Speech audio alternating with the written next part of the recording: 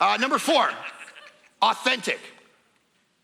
Mark Batterson says this, and I believe it's true. Authenticity is the new authority in leadership. Sharing your failures and weaknesses is crucial to letting people in and empowering them to do well and empowering you to lead well. Let me, over and over and over again, the thing that I hear from people in ministry is people walk up to me if they've come to know Jesus at my church or whatever, and they're like, you gave me permission to be broken. I've had that conversation 5 times in this room since I've been here today.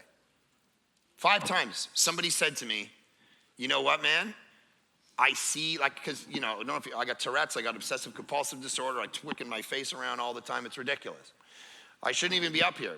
I find it hard. Someone was telling me a story about their friend who has tics and Tourette's last night. We were sitting around the fire and he was like, you know, this guy's got this tic. And then he starts to do the tic. And I'm like, don't do that. I will pick that up by the time I leave here. And I tried it out this morning and I'm like, no, don't do it. Because this kid with Tourette's like saw him cheat on something. And the kids are going, cheater, cheater. So I'm like, so he kept doing it. I'm like, stop it. And then in the mirror this morning, I'm like, cheater, cheater. Okay, shut up, don't.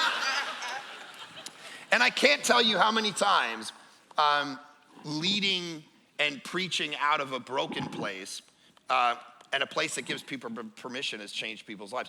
I was telling my church about a time that because of my obsessive compulsive, I would always think to myself, you know, if I don't tap this thing a certain amount of times, the plane's gonna go down. Or if I don't go down on my knees a certain amount of times in the street, then this car will crash. Like all this crazy stuff I used to do.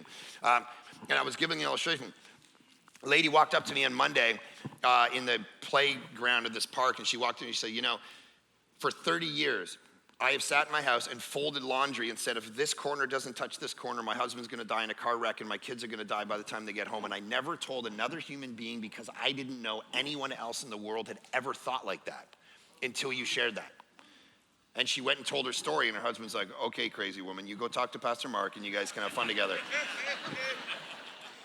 There was a woman today who told me that she's here, she serves at Bayside, and she's deaf, and she's had things put in her ears so she can hear a little bit. And she said, I've watched you up there with your Tourette's and stuff, and that's the reason I serve here, because I realize that God could use me.